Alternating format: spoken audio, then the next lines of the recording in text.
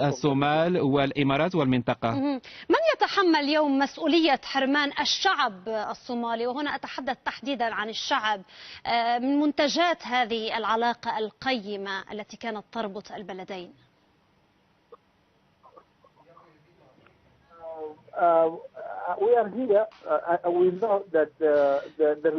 نعلم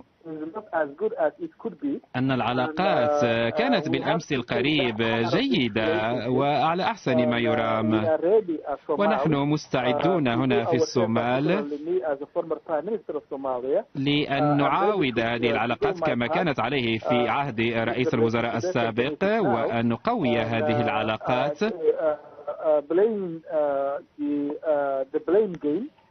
وأن نتوقف عن لعبة تبادل اللوم. كل ما علينا فعله الآن هو أن نتحقق من أن معاودة هذه العلاقات بين أصدقائنا الإماراتيين.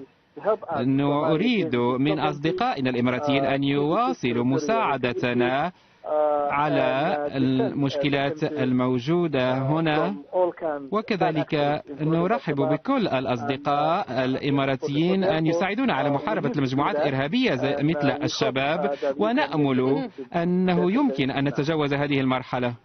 شكرا جزيلا لعبد الولي محمد علي قاس من إقليم بونتلاند، وهو رئيس الإقليم، حدثنا من جاروي الليلة.